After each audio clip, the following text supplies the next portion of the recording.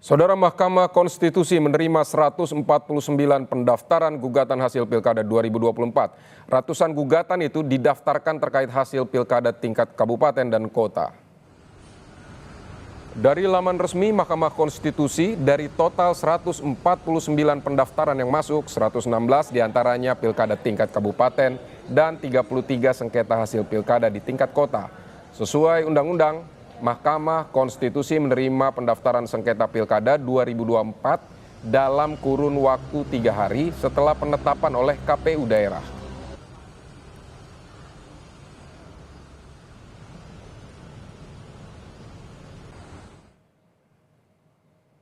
Saudara, jurnalis Kompas TV Asri Gunawan telah bersiap di Gedung Mahkamah Konstitusi Jakarta. Asri, apakah tim hukum RK Suswono dan Darmakun sudah mendaftarkan gugatannya hari ini? Kami pantau sejak pagi, Vidi, dari kubu Ridwan Kamil Suswono maupun kubu Dharma Pongrekun Gunwardana, ini belum terlihat mendaftar di Gedung Mahkamah Konstitusi Republik Indonesia. Dan memang kalau misalkan yang disampaikan dari hasil konferensi pers masing-masing tim hukum atau tim pemenangan paslon nomor urut 1 Ridwan Kamil Suswono maupun tim hukum dan juga tim pemenangan dari paslon nomor urut 2 Dharma Gunwardana, ini mereka masih akan mempersiapkan materi maupun juga dokumen yang nantinya akan diserahkan dalam pendaftaran ke MK dalam 1 sampai 2 hari ke depan. Dan kami juga mengecek di website resmi MKRI, Vidi dan saudara, seperti yang tadi Anda sebutkan juga, di website tersebut pendaftaran sengketa maupun juga permohonan perkara Pilkada serentak tahun 2024 ini untuk pemilihan gubernur belum ada yang mendaftar atau 0. Kemudian kalau dari total permohonan yang sudah masuk ke Mahkamah Konstitusi, seluruhnya untuk Pilkada serentak ada 149, 116 diantaranya ini untuk pemilihan bupati dan 33 sisanya ini untuk pemilihan wali kota. Dan kalau kita melihat pada peraturan Mahkamah Konstitusi nomor 3 tahun 2004 dan juga syarat yang diatur dalam Undang-Undang nomor 10 tahun 2016 tentang Pilkada, bahwa peserta Pilkada ini bisa ataupun juga paling lambat mengajukan permohonan atau gugatan ini paling lambat 3 hari kerja terhitung dari hari pengumuman hasil perolehan rekapitulasi suara Pilkada yang dilakukan.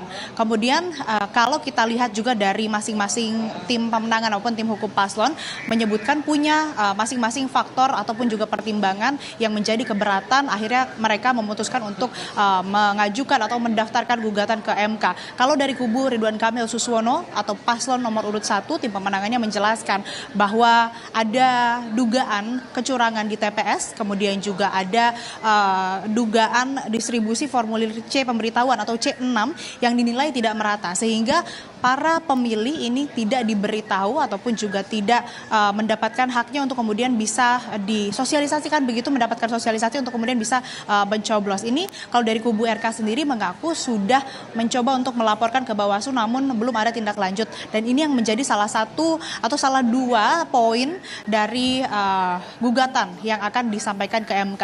Kalau dari tim pemenangan atau tim hukum pasangan calon nomor urut 2 Dharma Pongrekun Gunwardana sebetulnya tidak jauh berbeda dengan RK Suswono. Ia pun menyebutkan bahwa tadi soal formulir C6 yang dinilai tidak merata ini yang akan kemudian salah satunya dimasukkan ke dalam gugatan yang akan didaftarkan ke MK begitu. Nah, nantinya memang saat pendaftaran Vidi dan saudara ini harus melengkapi beberapa dokumen dan juga persyaratan untuk kemudian nanti bisa diterima oleh MK, dan nanti pun kalau ada kalau ada kekurangan atau ketidaklengkapan dari dokumen dan persyaratan nantinya juga perlu diperbaiki oleh masing-masing paslon. Kalau kita lihat dari hasil pengumuman kemarin dilakukan hari Minggu, artinya 3 hari kerja dari pengumuman, ini paling lambat hari Rabu. Kami juga media yang memantau di gedung MK masih menunggu, tadi kabarnya akan dilakukan hari ini begitu kalau dari paslon nomor urut 1 Ridwan Kamil Suswono. Tapi sampai saat ini kami belum menerima. Jadi yang untuk Pilgub ataupun juga untuk pendaftaran gugatan pemilihan gubernur ini masih 0, belum ada, termasuk Pilgub Jakarta yang memang kalau kita lihat dari konferensi pers kemarin dari hasil rekapitulasi suara yang memang rencananya akan melakukan atau melayangkan gugatan ini dari dari paslon nomor urut 1 dan 2. Kita masih menunggu Vidi dan saudara, apakah hari ini tim pemenangan maupun tim hukum dari Ridwan Kamil Suswono jadi mendatangi Mahkamah Konstitusi untuk kemudian mendaftar terkait dengan gugatan Pilkada atau Pilgub Jakarta 2024. Vidi. Asri, nanti kalau tim Ridwan Kamil Suswono maupun Darmakun datang untuk mendaftar, selanjutnya bagaimana alur gugatan sengketa pilkada ini berproses di MK? Ya, tadi juga dijelaskan oleh Ketua Mahkamah Konstitusi Soehartoyo bahwa ada sejumlah rangkaian yang akan dilalui oleh masing-masing peserta pilkada kalau kemudian melakukan gugatan. Nah, kalau dari website resmi ini sebetulnya ada 18 tahapan. Nah, yang pertama nanti mulai dari pemeriksaan kelengkapan setelah melakukan pendaftaran sampai akhirnya nanti menetapkan pihak-pihak terkait ataupun juga pihak yang nantinya akan berperkara ataupun juga melakukan sidang. Nantinya akan juga ada rapat permusyawaratan hakim, kemudian nantinya akan ada sidang yang dilakukan. Kalau kata Ketua MK, sidangnya nanti dilakukan menyesuaikan dengan perkara yang nantinya akan disidangkan. Apakah sidangnya akan dilakukan 1 kali, 2 kali, ataupun juga lebih dari itu. Nah, tapi kalau berdasarkan timeline schedule yang ada di website resmi MK, sidang perdana sengketa pilkada serentak ini rencananya akan dilakukan bulan Januari. Untuk tanggal pastinya juga belum ada informasi lebih lanjut. Dan lebih lengkap lagi, Vidi dan saudara, berikut pernyataan Ketua Mahkamah Konstitusi Soeharto yang telah kami rekam sebelumnya. Kan ada proses penyerahan perbaikan. Nah, nanti setelah perbaikan kemudian akan diregistrasi oleh Mahkamah Konstitusi. Setelah diregistrasi nanti para hakim akan menggelar gelar perkara untuk masing-masing panelnya. Kemudian nanti menetapkan hari sidangnya. Jadi ya kira-kiranya di awal Januari ya. Pastinya registrasi kalau tidak ada halangan dia tanggal 3. Nah, selebihnya kan ada sekuen waktu 4 hari, selambat-lambatnya harus sudah sidang pertama.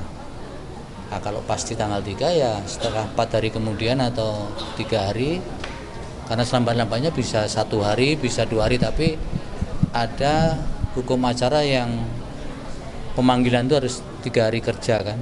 Yaitu yang kemudian tidak boleh kurang dari 3 hari, itu harus sudah dipanggil para pihaknya.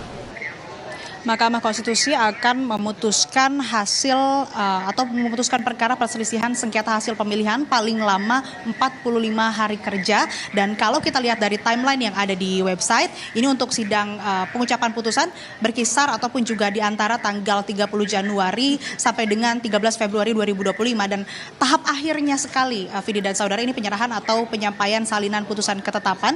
Ini akan rencananya dilakukan berkisar antara tanggal 24 Februari 2025 sampai dengan tanggal 13 Maret 2025. Kembali ke Anda, Vidi.